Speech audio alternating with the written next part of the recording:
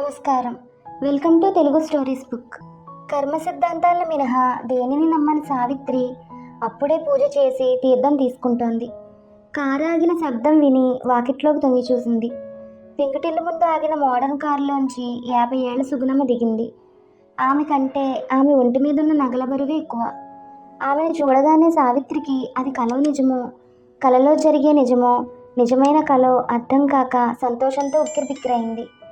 సావిత్రి లాంటి నిరుపేద ఇంటికి సుగుణమ్మ లాంటి ధనవంతురాలు రావడం అంటే ప్రధానమంత్రి కార్పొరేటర్ ఇంటికి రావడం లాంటిదే. సుగుణమ్మ చాలా దగ్గర బంధువు. ఆ కులానికే మొకటం లేని మహారాణి. ఆమె పెద్ద కొడుక్కి సావిత్రితో లోగడ పెళ్లి జరగాల్సింది. కానీ సుగుణమ్మ అడిగిన కట్నానికి సావిత్రి తోగలేకపోయింది. అందుకే సావిత్రి పేదరికాన్ని అవమానపరిచి అసహ్యించుకుంది. ఆ తరువాత సావిత్రి చుట్టం చూపుగా వెళ్ళినా ఏమాత్రం గౌరవించలేదు. ఇందులో సుగుణమ్మ తప్పు లేదు. అంతా తన కర్మని సర్దుకుంది సావిత్రి.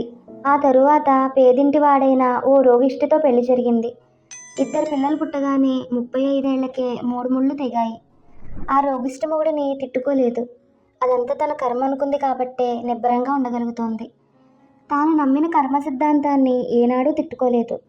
సావిత్రి సంతోషంతో తడబడుతూ శ్రీకృష్ణుడు కుచేలుడింటికొచ్చినట్లు, మీరు మా ఇంటికి రావడం ఏంటత్తయ్యా, పాలేరుతో కబురంపినా నేను రాను వాటేసుకుని ప్రేమతో అంది. ఆ ప్రేమకు బాగా చలించి, ఆనాడు నిన్ను నా ఇంటి కోడలుగా చేసుకుని ఉంటే నీ కర్మ ఇలా ఉండేది కాదు, నన్ను క్షమించవే బాధపడింది. సావిత్రి చిన్నగా నిట్టూర్చి, ఎవరి కర్మకు వాళ్లే బాధ్యులత్తయ్యా, ఇతరులు నిందించడం తప్పు, కూర్చోండి చాపేసింది. సావిత్రి విధవరాలైనా కూడా ముఖంలో ముత్తైదువ కళ కొట్టొచ్చినట్లు కనిపిస్తోంది. సావిత్రిని చూస్తే ఎవరికైనా నాకు ఇలాంటి కోడలుంటే బాగుండేది అనిపించక మానదు. బంగారం లాంటి కోడలు పోగొట్టుకున్నందుకు సుగుణమ్మ అప్పుడు బాధపడింది. సుగుణమ్మకు 3 కూతుర్లు, 5 కొడుకులు. చిన్నవాడు వాసుకు మినహా అందరి పెళ్లిళ్ళు చేసింది. వాసు బంగారం లాంటి మనిషి. అమెరికాలో సాఫ్ట్వేర్ ఇంజనీర్గా లక్షలు గడించి ఏడాది క్రితమే ఇండియా వచ్చాడు. సావిత్రి కంటే 10 ఏళ్ళు చిన్నవాడు. సావిత్రి అంటే ఎంతో గౌరవం, ప్రేమ. ముఖ్యంగా ఎవరితో చనువుగా మాట్లాడిన వాసు సావిత్రితో మాత్రం ఎంతో చనువుగా ఉంటాడు. అందుకే సావిత్రి కష్టాల్లో పాలు పంచుకుంటూ ఆమె పిల్లలను మంచి స్కూల్లో చేర్పించి ఆర్థికంగా అండగా ఉంటున్నాడు. సుగుణమ్మ అసలు విషయంలోకి దిగి, వాసుకు పెళ్లి చేస్తే నా బాధ్యతలన్నీ పూర్తవుతాయి తల్లి, కానీ వాడు నా మాట వినడం లేదు. ఎన్ని పెళ్లి సంబంధాలు చూసినా ఏదో వంగతో వద్దంటాడు. పైగా వాడి మధ్య మందుకు అలవాటు పడ్డాడు. ఆమె కళ్ళల్లో కన్నీళ్లు సుడులు తిరిగాయి. సావిత్రి కూడా బాధపడుతూ, అవును, ఆ మధ్య తాగి వస్తే మందలించాను, అప్పటి నుండి రావట్లేదు చెప్పింది. సుగుణమ్మ వెంటనే సావిత్రి చేతులు పట్టుకుని దీనంగా అర్థిస్తూ, నువ్వే ఎలా అయినా వాడిని దారిలో పెట్టాలి. వాడు అమ్మాయిని ప్రేమించినట్లు నాకు తెలిసింది, కానీ అలాంటిదేమీ లేదని వాడు బుకాయిస్తున్నాడు. అమ్మాయి ఎవరైనా పర్వాలేదు, వాడికి పెళ్లి జరిగితే చాలు. ఆ పెళ్లి నువ్వే నీ చేతుల మీదే జరిపించాలి. వాడికి నువ్వంటే ప్రాణం, నీ మాట కాదనే సాహసం చేయడు. నాకు ఈ వయసులో పుత్రశోకం. ఒక్కసారిగా ఏడ్చింది. అవసరమైతే సావిత్రి కాళ్ళు పట్టుకోవడానికి తయారుగా ఉంది. వెన్నలాంటి మనసున్న సావిత్రి మనసు ద్రవించింది. ఎట్టి పరిస్థితిలోనూ వాసు పెళ్లి చేసి ఆమె కన్నీళ్లు తుడుస్తానని ప్రమాణం చేసింది.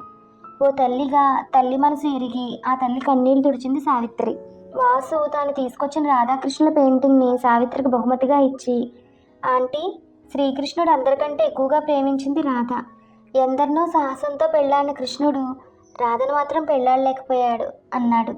అదే కర్మంటే. ఆమె అత్త వరుస, పైగా వయసులో పెద్దది. కర్మ సిద్ధాంతాన్ని దేవుళ్ళు కూడా ఎదిరించలేరు. ఇంతకీ సత్య పరిస్థితి ఏంట్రా? నువ్వు సత్యాన్ని ప్రేమించానని చెప్పావు, అమ్మాయి చాలా మంచిదన్నావు, పెళ్లి కూడా చేసుకుంటానన్నావు. చివరకు మీ అమ్మని ఎదిరించి అలాంటి అమ్మాయిని ఎందుకు కట్ చేసావురా? బుజ్జగిస్తూ అడిగింది సావిత్రి. వాసు ముఖం ఒక్కసారిగా చిన్నబోయింది. ఆమె ఎంత ప్రేమతో అడిగినా కారణం చెప్పలేదు. కుంటి సాకులు చెప్పి తప్పించుకున్నాడు.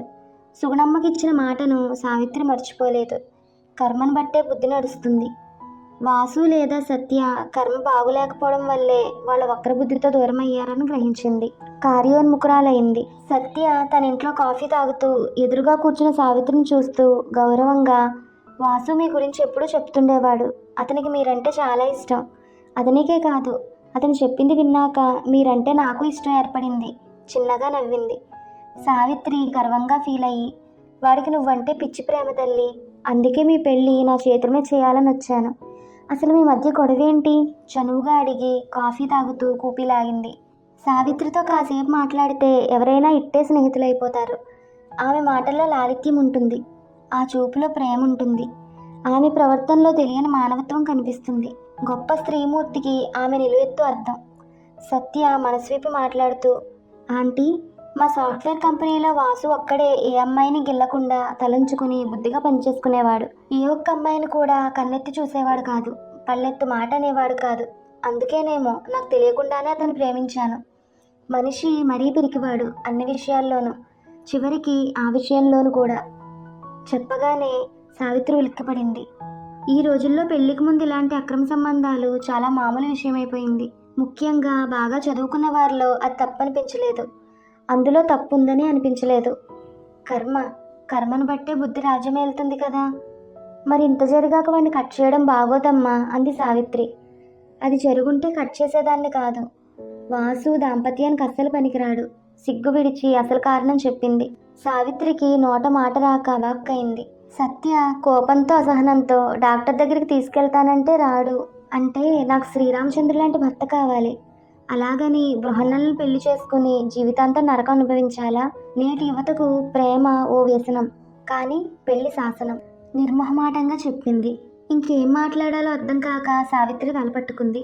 మగాడికి మగతనం లేకపోవడం, పులికి కళ్ళు లేకపోవడం ఒక్కటే అనిపించింది. వాసు మీద మొదటిసారి జాలేసింది. అలాంటి కొడుకు ఏ తల్లికి పుట్టకూడదనుకుంది. ఎవరికో ఎందుకు, అలాంటి కొడుకు తనకు పుట్టనందుకు 1000 దేవుళ్ళకు కృతజ్ఞతలు చెప్పుకుంది. సావిత్రి బలవంతం మీద డాక్టర్ దగ్గరకు వచ్చాడు వాసు. పిచ్చి భయంతో ముచ్చెమటలు తుడుచుకుంటున్నాడు. అన్ని రకాల పరీక్షలు చేసిన తరువాత డాక్టర్ నిట్టూర్చి, ఫిజికల్గా ఏ లోపం లేదు, ఇది సైకాలజీ ప్రాబ్లం. సత్య ఫాస్ట్ గర్ల్ కాబట్టి తొందర పెట్టేసరికి కొంచెం భయపడ్డాడు. ముందా భయం పోతే సరి, ఇది కేవలం స్టార్టింగ్ ప్రాబ్లం మాత్రమే చెప్పాడు. ఇంకేం చెప్పాలో తనకు అర్థం కాలేదు. పట్టపగలు ఇంట్లో ఎవ్వరూ లేరు, సావిత్రి వాసు తప్ప. విచిత్రమైన నిశ్శబ్దం ఆ గదిలో అలుముకుంది. ఆ నిశ్శబ్దాన్ని చీల్చుకుంటూ సావిత్రి, ఇది తప్పు ఉప్పు నాకు తెలియదు, నీ క్షేమం కోరి చెప్తున్నారా? పక్కూర్లో పోగాళ్ళ వాళ్ళు ఉంటారంట, అక్కడికి వెళ్ళి భయం పోగొట్టుకో, ఇబ్బంది పడుతూ సలహా ఇచ్చింది. దించిన తను ఎత్తలేదు వాసు. ఉనికే పెదాలతో, వెళ్ళొచ్చానా ఆంటీ? అక్కడ మరీ భయమేసింది. త్వరగా కానివ్వు, పోలీసులు వస్తారని మరింత భయపెట్టారు. ముఖం అసహ్యంగా పెట్టాడు. ఏం చెప్పాలో అతనికి అర్థం కానట్లే, ఏం చేయాలో ఆమెకు అర్థం కాలేదు.